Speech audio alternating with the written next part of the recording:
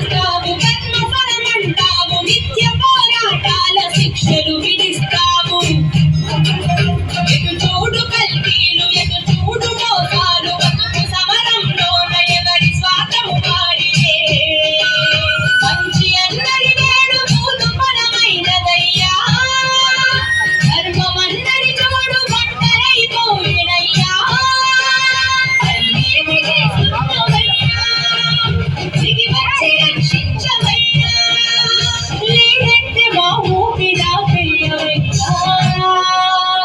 కన్నీటితో మేము శరణంటివయ్యా